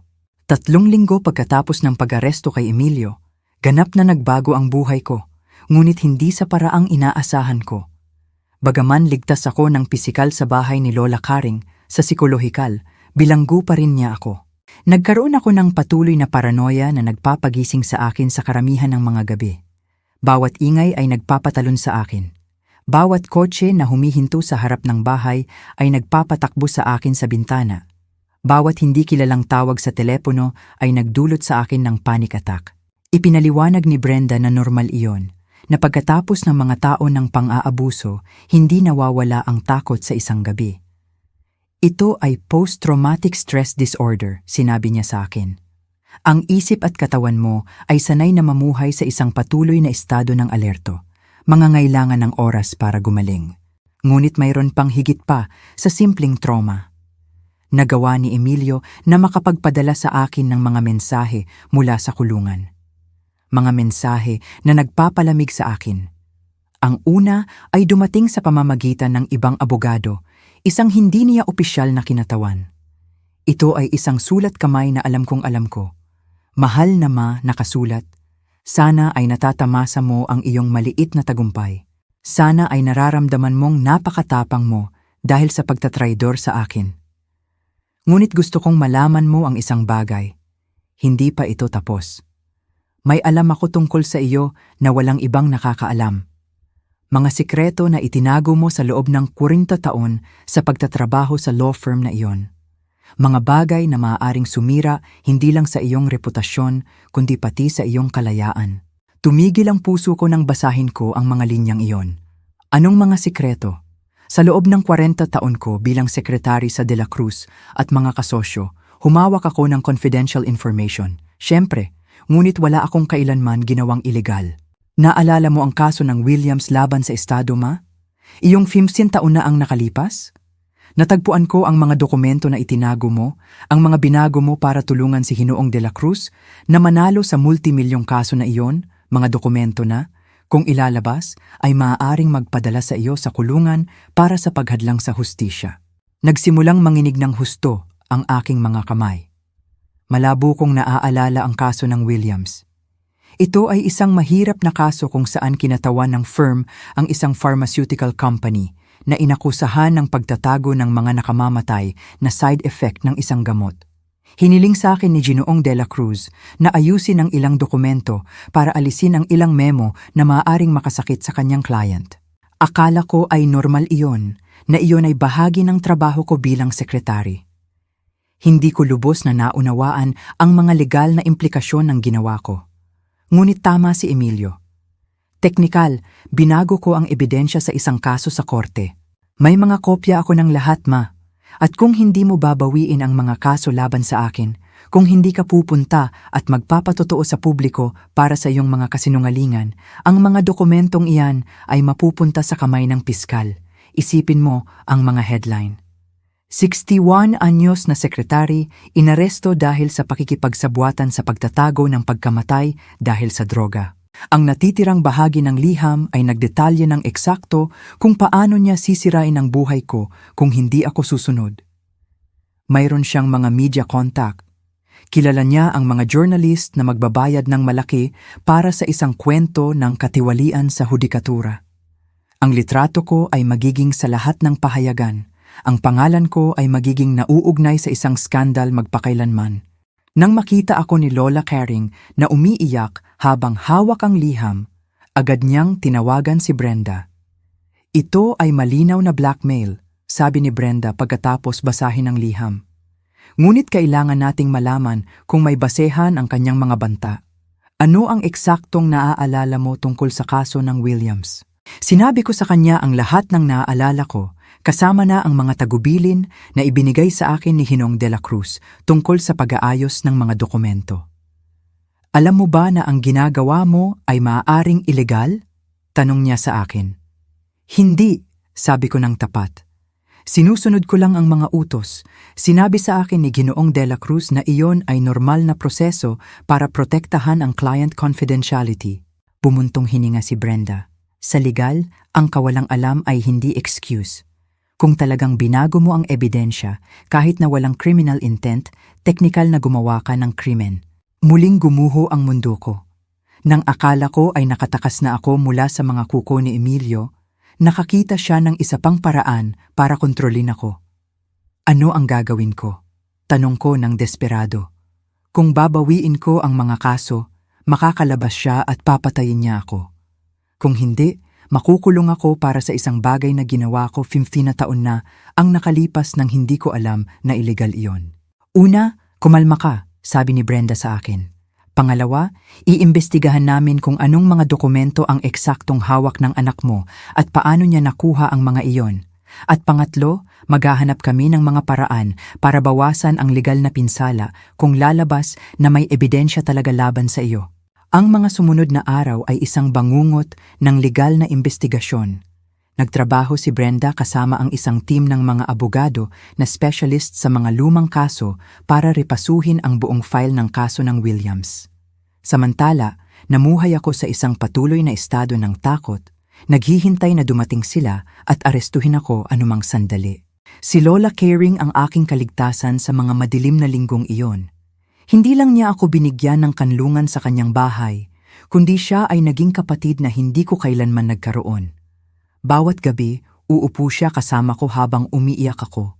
Gagawan ako ng tsaa para makatulog at patuloy na paaalalahanan ako na hindi ako nag-iisa. No matter what happens, sasabihin niya sa akin, haharapin natin ito ng magkasama. Hindi ka na ang natatakot na babae na nabuhay sa ilalim ng terrorism ng iyong anak. Ngunit iyon mismo ang pakiramdam ko. Nagtagumpay si Emilio sa gusto niya. Ibinigay niya ako pabalik sa estado ng takot at kawalang pag-asa na naging buhay ko sa loob ng 3 taon. Isang linggo pagkatapos, dumating ang pangalawang liham, mas malupit pa kaysa sa una. Nakikita kong hindi ka natutuma. Nakikita kong iniisip mo pa rin na maaari mo akong suwayin. Mabuti. Ngayon, malalaman ng lahat kung anong uri ka talaga ng tao. Kasama ng liham, may isang envelope na may mga litrato.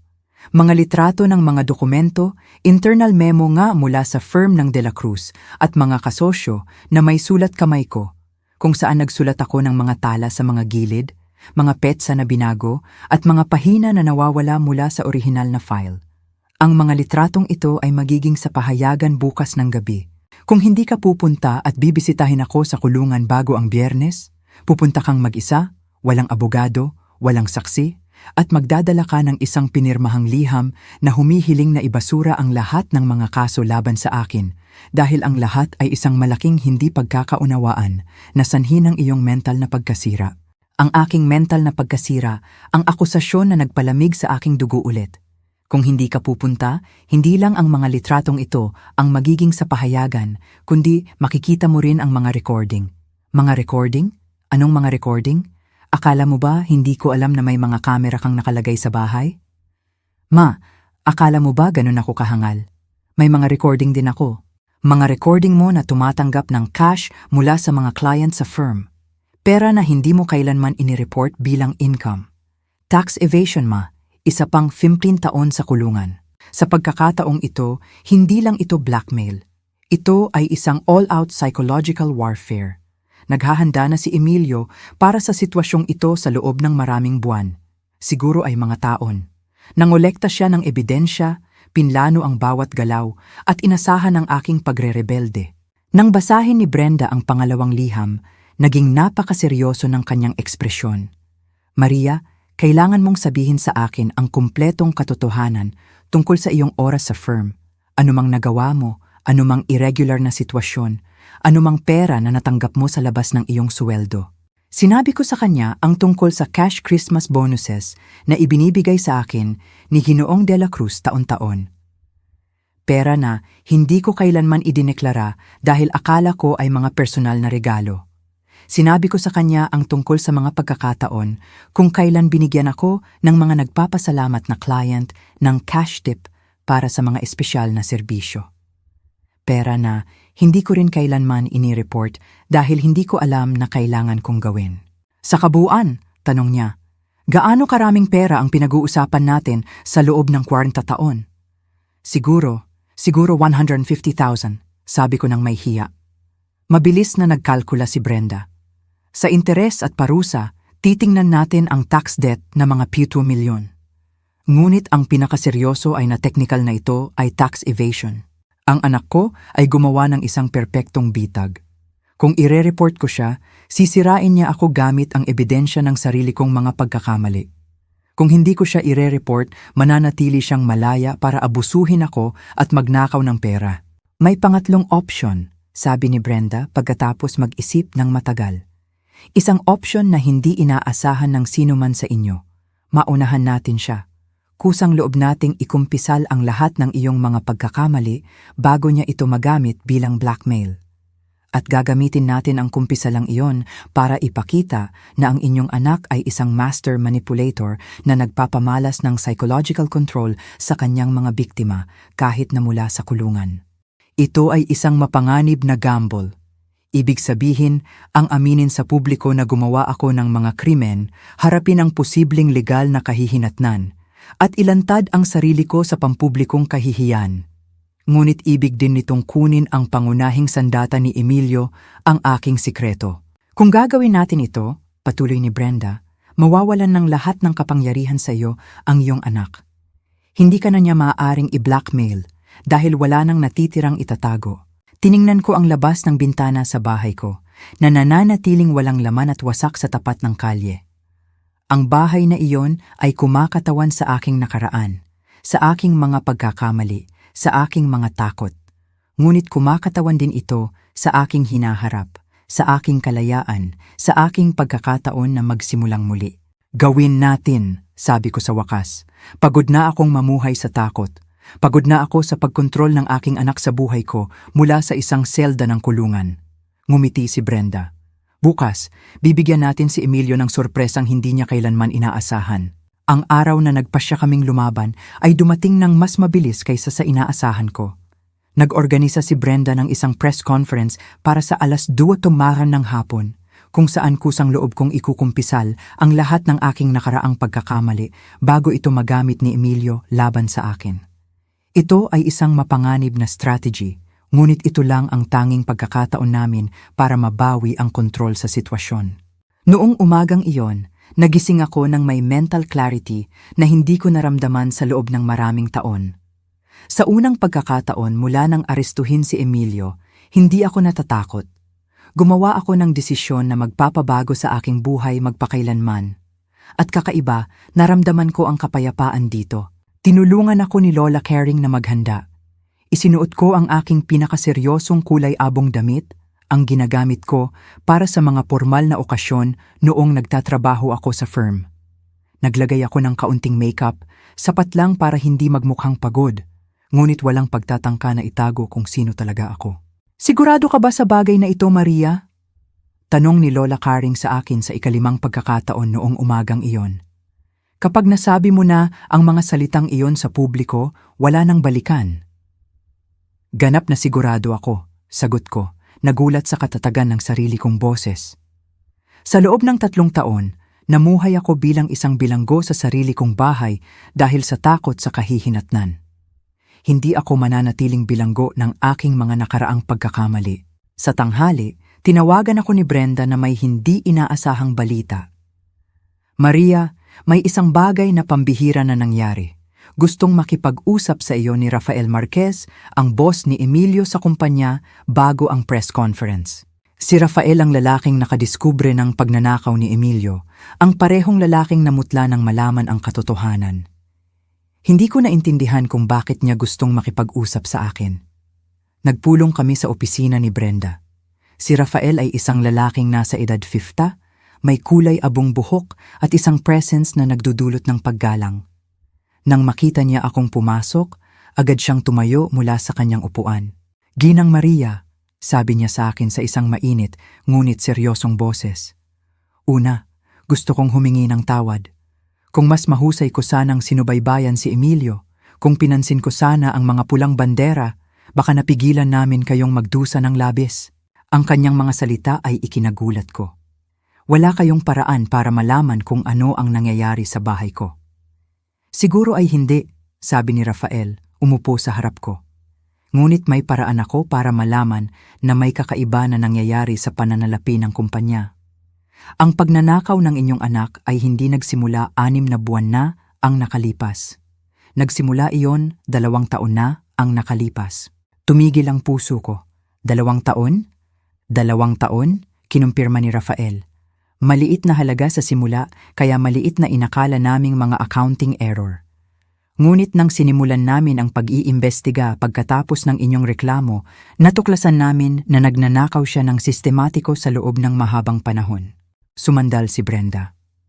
Gaano karaming pera ang pinag-uusapan natin sa kabuuan? 7 milyon, sabi ni Rafael, na dumiretso sa mga account na kontrolado niya kasama na ang inyong bank account. Naramdaman ko na nasusuka ako.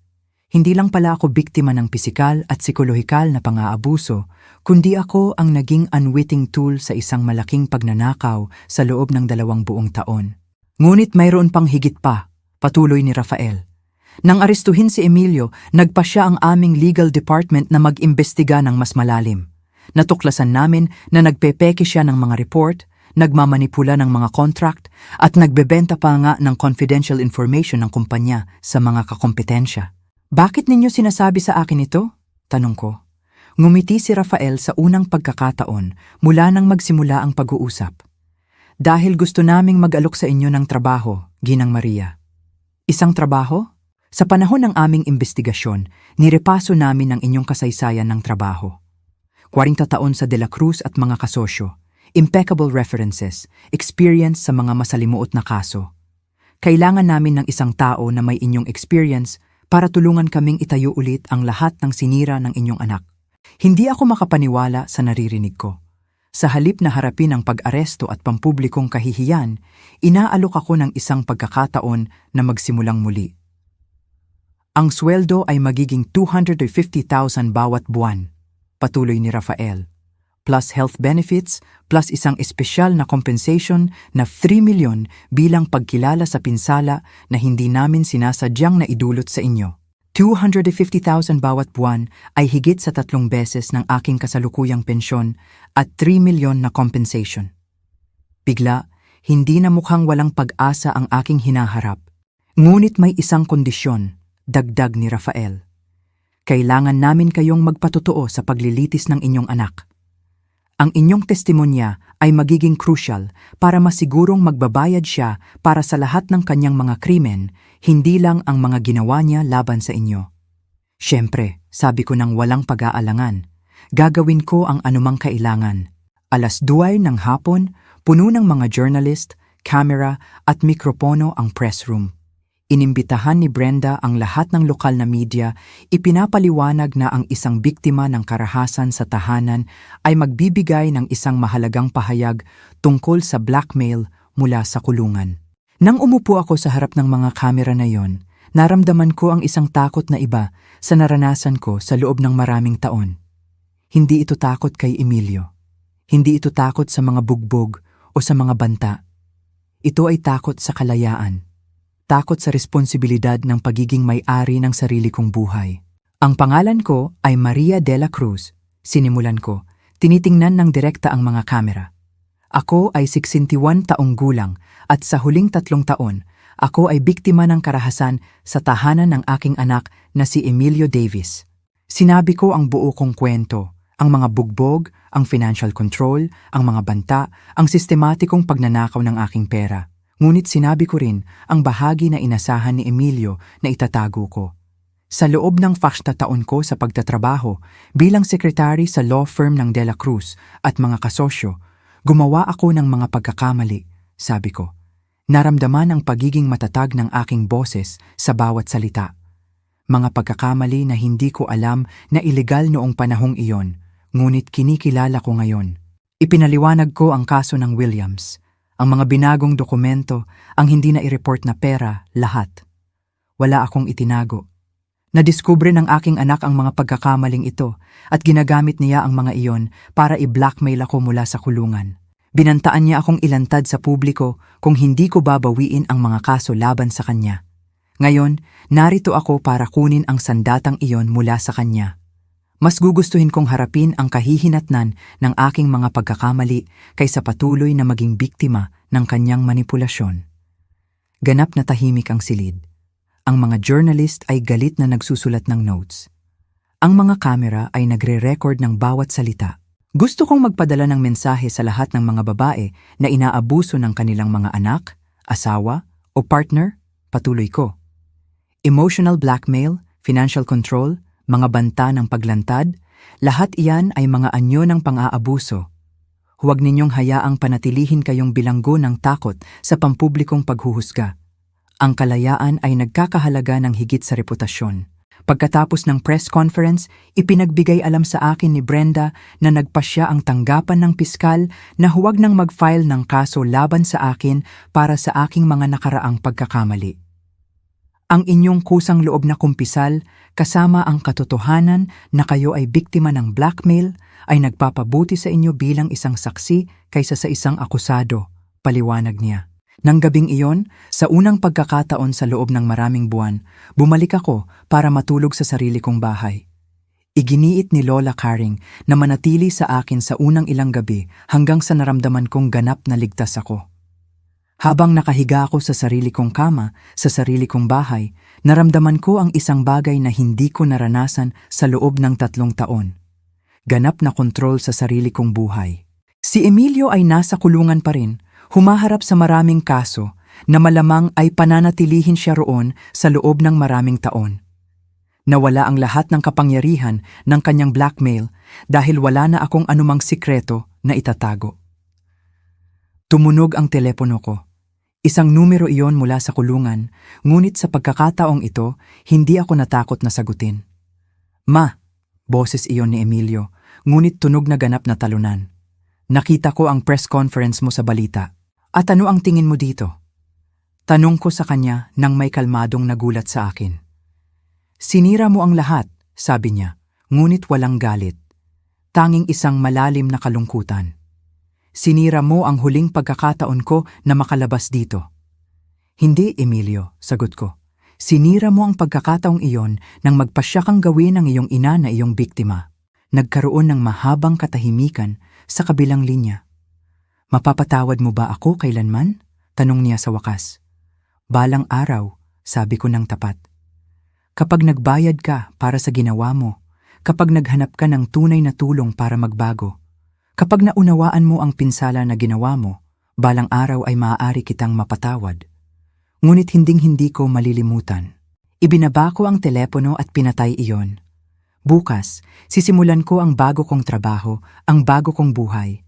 Ngunit ng gabing iyon, gusto ko lang matulog ng payapa sa sarili kong tahanan nang walang takot, walang banta, walang blackmail. Sa unang pagkakataon sa loob ng 3 taon, ganap akong malaya. At bagaman masakit ang daan, bagaman kinailangan kong harapin ang sarili kong mga pagkakamali sa publiko, at bagaman nawala ko ang relasyon ko sa aking anak magpakailanman, alam kong gumawa ako ng tamang desisyon. Natutunan ni Emilio na ang mga biktima ay maaaring maging malakas, na ang mga sikreto ay nawawalan ng kapangyarihan kapag inilantad sa liwanag, at na ang hustisya, bagaman mabagal, ay dumarating din sa huli. At natutunan ko na hinding-hindi pa huli ang lahat para bawiin ang sarili mong buhay, gaano man karaming taon ka namuhay sa dilim. Ito ang aking kwento ng pagpapalaya.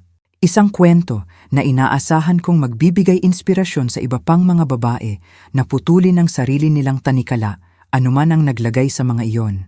Natutunan ni Emilio na ang mga biktima ay maaaring maging malakas, na ang mga sikreto ay nawawala ng kapangyarihan kapag inilantad sa liwanag, at na ang hustisya, bagaman mabagal, ay dumarating din sa huli.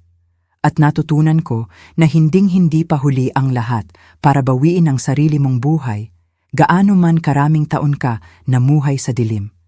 Ito ang aking kwento ng pagpapalaya. Isang kwento na inaasahan kong magbibigay inspirasyon sa iba pang mga babae na putulin ang sarili nilang tanikala anuman ang naglagay sa mga iyon. Dito nagtatapos ang ating kwento, mahal naming mga kasama. Ang gabi ay bumagsak sa aking bahay. Tahimik na, payapa. Sa unang pagkakataon, hindi ako natatakot. Hindi ko na kailangang magtago ng pasa, walang banta. Nakita ko ang per 3 milyong compensation mula sa kumpanya at ang bago kong trabaho. Sa edad kong ito, may panibagong buhay ako. Hindi ko malilimutan si Emilio, anak ko pa rin siya, pero ngayon kailangan niyang matuto. Ako? Nakuha ko na ang aking kalayaan. Mga kapuso, sana'y naging aral ito. Kung nakakaranas kayo ng anumang pang-aabuso, huwag kang manahimik. I-share ang inyong kwento. Mag-comment at sabihin sa amin. Ano ang gagawin mo ngayon para kunin ang sarili mong dangal? Maraming salamat at hanggang sa muli nating pagkukwentuhan.